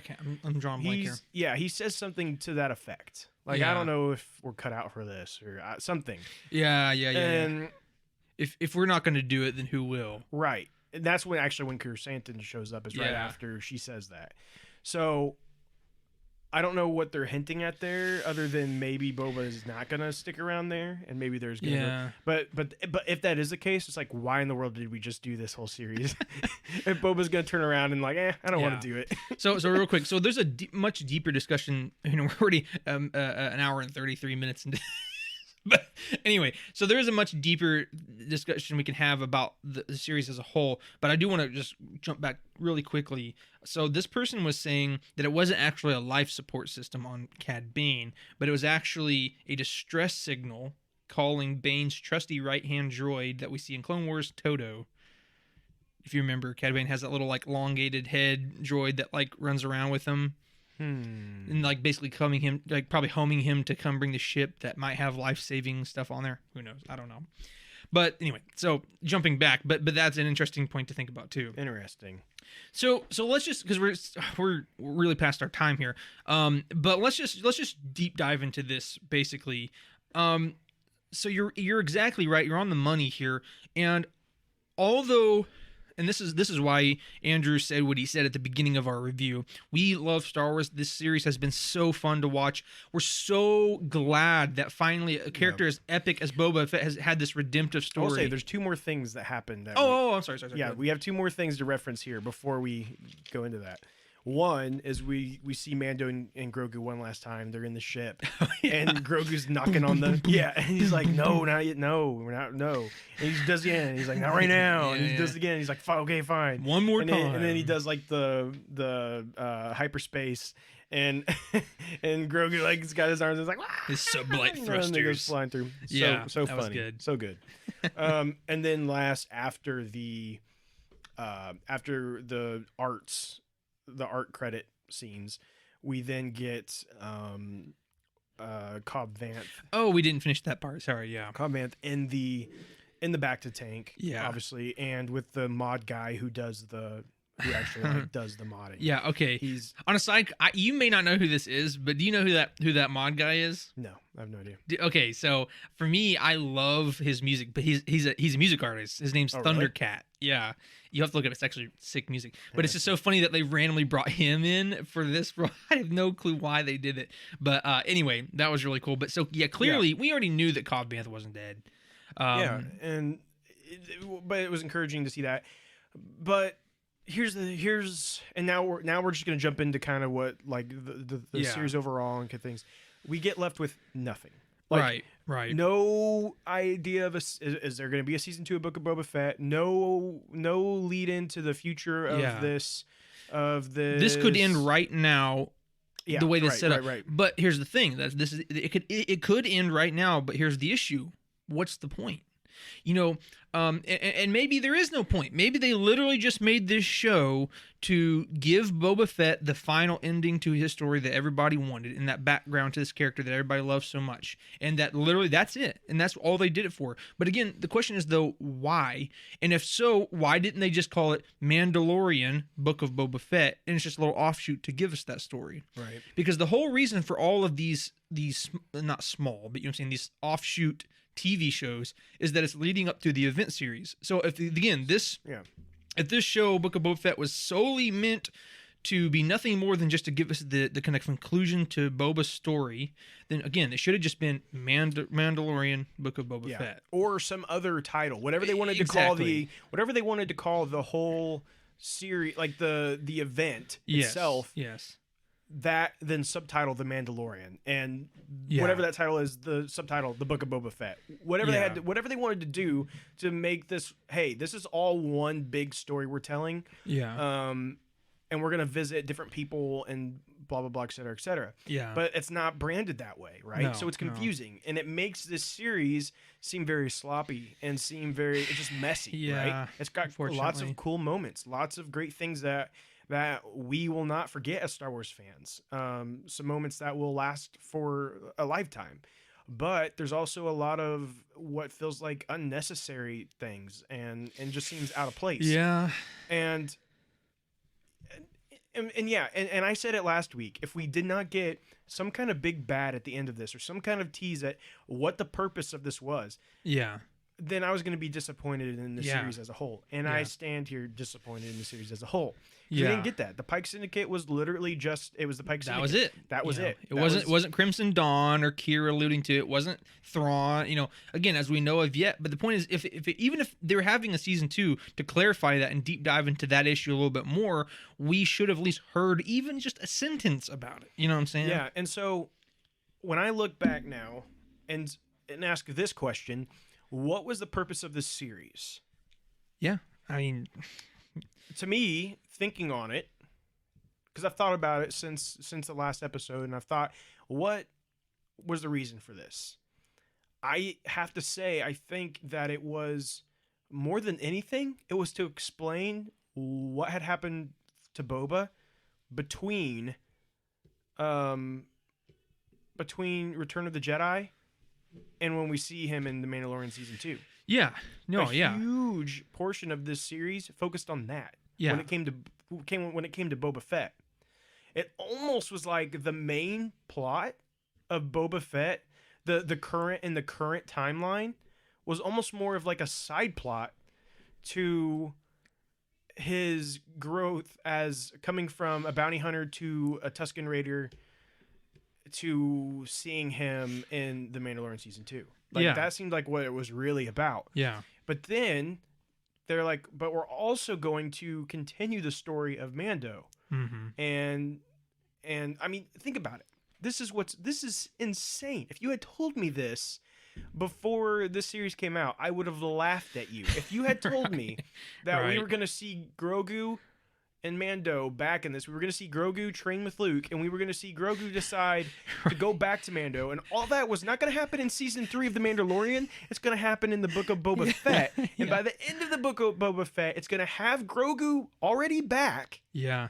And the Book of Boba Fett, the last scene is going to end with Grogu and Mando, not Boba Fett. If you had told me all of that, I would have laughed in your face and said you were crazy. I literally, and if you go back to our season 4, episode 4 review, right before good grief, our episode 4 review, right before episode 5, which where we get Mando and Luke and Grogu and all of that. I literally said, like, because that was one of your options, like, and maybe we see this. I'm like, literally, like, there's no way that could happen because it's just going to destabilize the whole show. If you remember that, I literally said that, and that's exactly what happened. Exactly what happened. Daggone it. And so, and yeah, going back to the right before we started really talking about all this, and I said, I love Star Wars. This stuff is not necessarily an issue for me. Yeah. I have enjoyed it all. I'm glad we had Grogu. I'm glad we saw Luke Skywalker. I'm glad all of this stuff happened. But the reason I'm being so critical is I'm looking at the bigger picture here. I'm looking at the series as a whole and being extra critical on it and what it could have been. And I think with the way they are marketing this series, it's confusing. Yeah, and certainly. It's creating confusion for people who go to watch it. Think about this. And this is part of the reason why I say it's confusing. Let's say you have an uncle that likes The Mandalorian. Okay, he's not ever really watched Star Wars. Yeah, but he decided to watch The Mandalorian because it was on Disney Plus, and he's like, I'll give it a try, and he enjoyed it. I'll try. And so, and let's be honest, that's the story for a lot of people. Sure, there are a lot of people that have watched Mandalorian that did not care about Star Wars and still have not watched any other Star Wars. They just watched The Mandalorian, exactly, and they thought, wow, that little alien is really cute, Right. But then they got kind of sucked into it. So they've seen Mando season 1 and Mando season 2. Yeah. But they have not touched anything else Star Wars, and they have no intentions of watching the Book of Boba Fett. It just means nothing to them. Right. Okay. Yeah. They're gonna watch Mando season 3, and Grogu's gonna be back with Mando. Yeah. And they're gonna be like, wait, what happened? Yeah, wait, what happened here? Yeah, exactly. Now, will there be some kind of, will they like tell what happened? Probably. They're going to have something, right? But you're not going to get the full experience unless you watch the Book of Boba Fett. Exactly. Yeah. If you branded all of this under one event series, you wouldn't have that issue. People would understand this is the next chapter. Right. And think about it this way. How many more people would have jumped in on watching the Book of Boba Fett had they realized had they known that from this was the going to beginning allude into it's it? the next chapter of Mando? You know what I mean? It's the continuation of what you've already been watching. Yeah. But they didn't do it that way. I don't understand why. I truly don't get it. I don't know what their thought was on it. I don't understand it at all. It's so funny because like this is something we talked about multiple times and stuff on the podcast, but it's like basically Book of Boba Fett not garnering the attention that Mandalorian brought in again because people liked Mandalorian. They dove into the story and they want to see more of it. And again, like you just said, it should have been one of two ways. It should have been make it a true, good, real, solely Book of Boba Fett story where this is just about him, his character development, and ultimately ties into the bigger story. Okay, or B, again, just like you said, it just needs to. Then, if that was not going to be the case, which it wasn't, they should have said this is just a shoot off to give us background on Boba Fett, but it's also going to give you updates on Mando. And I'm like. Think how easy it would have been to say that or brand it that way, and people would have been like, okay. Like they could have literally just said it's an offshoot. It's a side story of Mandalorian where we get some information on Boba Fett, but also it's still tied into the main story. If they would have said that, that would have been perfect. So it's just it's weird, it's messy, but what really gets me down, and so I watched the episode, I watched the finale, and I thought, okay, I was like, all right, yeah, I mean, I enjoyed it, yeah, that was fun, but I don't feel like there's much has changed. yeah. I mean, as far as like, I don't know where anything's headed next. I hate that. I hate that. That's the thing that bothers me more than anything is like, the best teaser you could show us is that Cad Bane is still alive. Don't get me wrong. I'm glad he's alive, but that doesn't truly... But what does that mean for us? Like, what does it mean for the story? Like, he's a cool character, but he's not a big enough character for me to care if that this much. is an event series, as we've been led to believe, then give us a hint at what's next.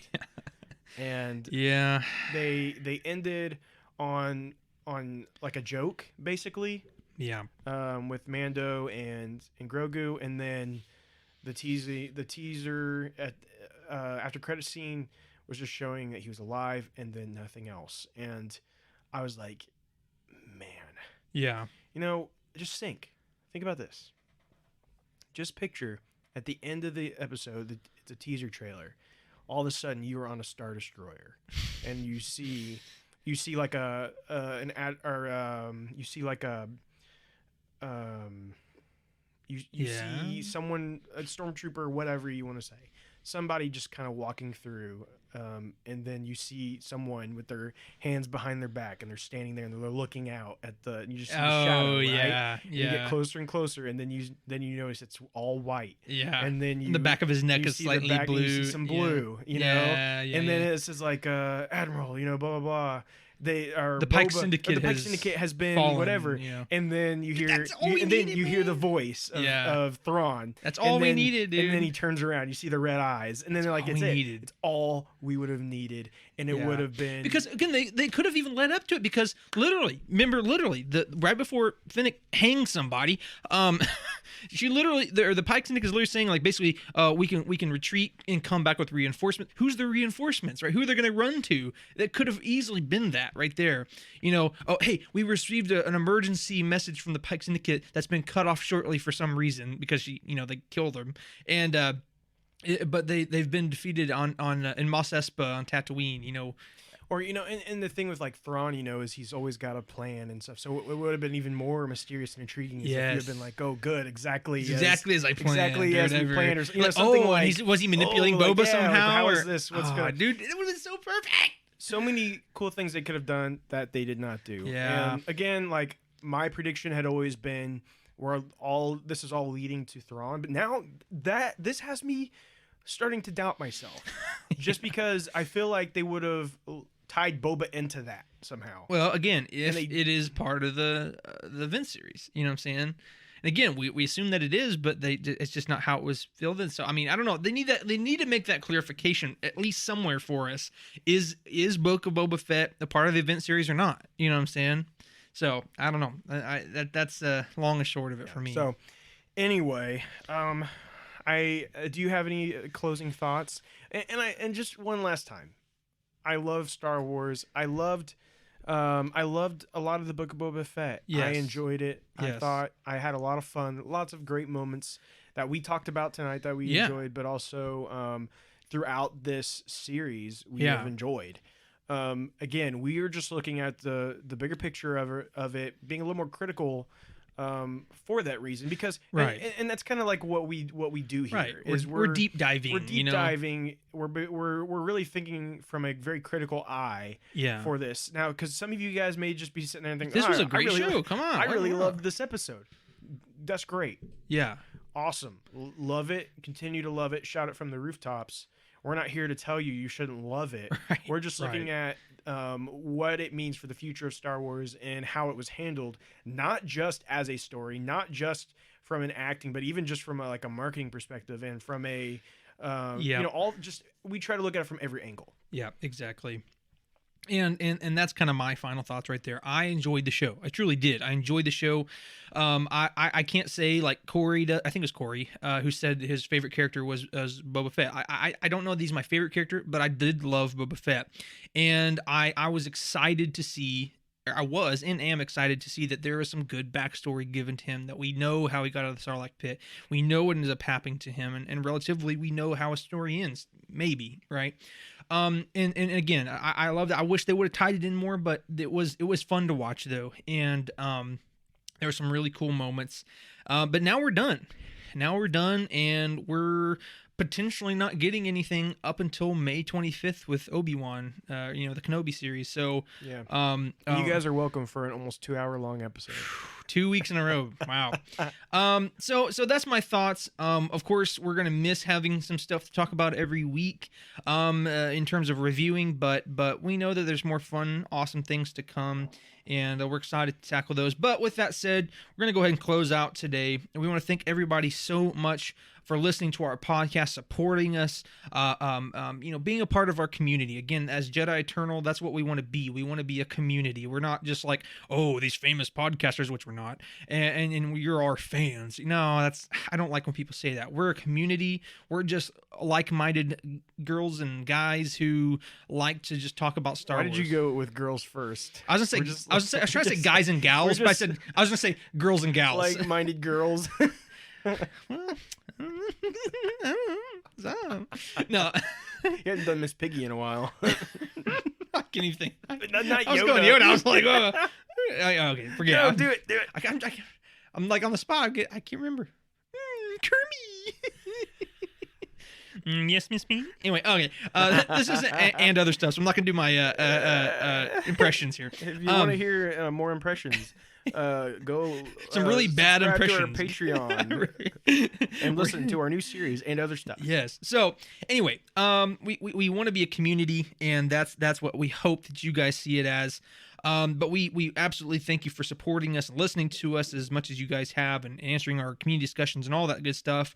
And we look forward to hearing from you guys in upcoming community discussions and upcoming posts and polls and things that we're going to be doing. And we hope that you, if you're listening, please reach out to us. We want to hear from you guys. But we would ask, if you do want to reach out to us, please like and follow us on Facebook, Instagram, YouTube, and Twitter for weekly news, polls, discussions, memes, and all that good stuff, specifically on Facebook and Instagram. But if you would like to get hold of us, that is where you can go. And then also, please, if you could follow us on Spotify and Apple Podcasts, and if you would be so very kind to us, please leave a review, which actually really does help us with getting sponsorships and things in that nature, what we're going to try to do in the future. But without further ado, we thank you for listening, and we ask that you would join us next week for episode 74. And if you like what you hear, please consider joining our Patreon to hear February's episode of And Other Stuff. But last but not least, may the Force be with you, and we thank you for joining the Jedi Eternal.